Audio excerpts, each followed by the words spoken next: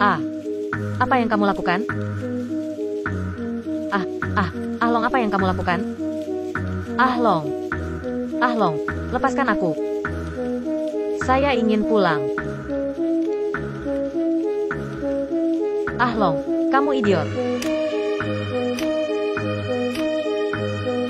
Apa?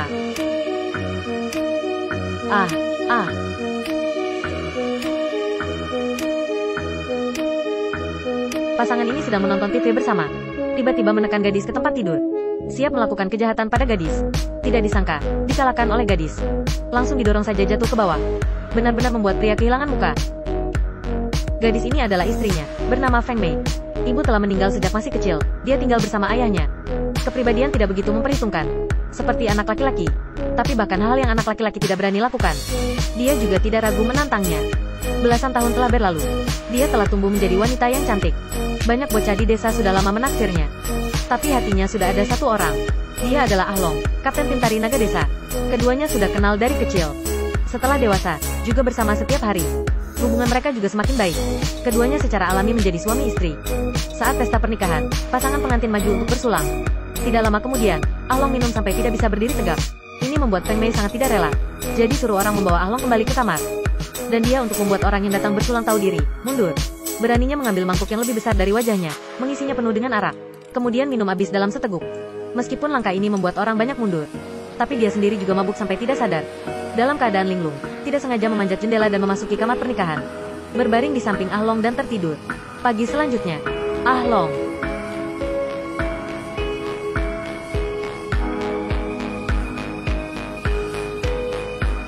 memalukan.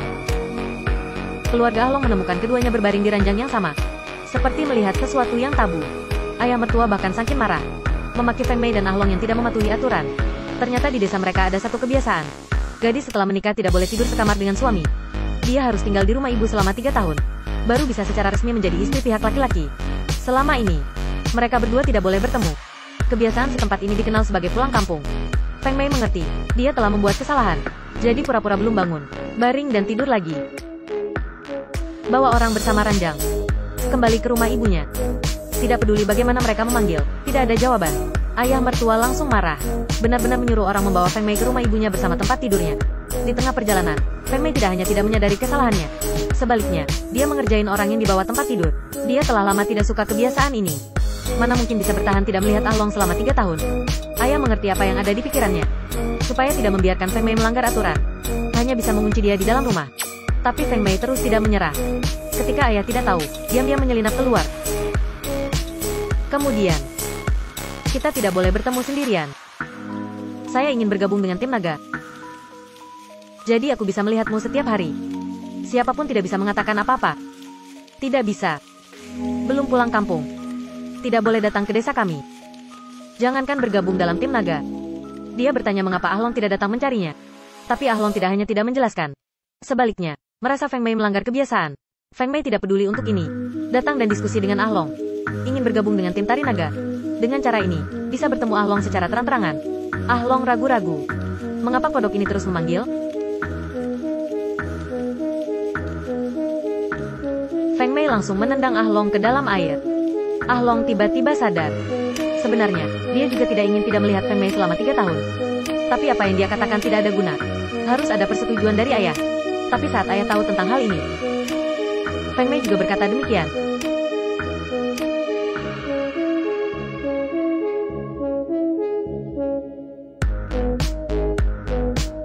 Sangat marah, tidak mau melanggar aturan keluarga. Langsung menolak di tempat. Juga memarahi Ahlong karena tidak bisa mengatur istrinya. Feng Mei tidak tahu apa-apa tentang ini. Setiap hari pergi ke tim tari naga menggoda Ahlong.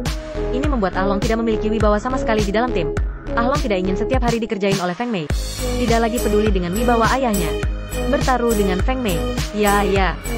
Hahaha. Haha. Jangan tertawa.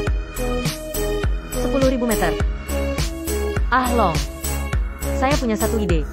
Jika orang tua benar-benar dapat berlari 10.000 meter, dalam sekali jalan lari sampai ke kota, maka akan biarkan dia bergabung dengan tim naga. Asalkan dia berhasil berlari 10.000 meter, maka akan menyetujui dia bergabung dengan tim naga desa. Tanpa diduga, Feng Mei dengan mudah menyelesaikan lari 10.000 meter. Sejak itu, Feng Mei bergabung dengan tim tarian naga. Ketemu dengan Ah Long siang dan malam. Hubungan antara keduanya juga semakin kuat. Ketika semua orang berlatih di gunung hari ini, ketemu dengan tim tari naga laki-laki dari desa tetangga. Gadis-gadis awalnya ingin datang dan menyapa, tapi tidak disangka, diganggu oleh mereka. Gadis-gadis sangat marah, mengusulkan untuk bertarung. Tapi tidak disangka, mereka tidak ingin tanding tarian naga, ingin tanding gulat. Ini membuat gadis-gadis langsung mundur. Mereka tinggi dan besar, semuanya laki-laki. Tanding gulat, mereka mana mungkin lawan. Hanya Feng Mei dengan tegas maju berdiri. Like dan ikuti episode selanjutnya. Sampai jumpa lagi.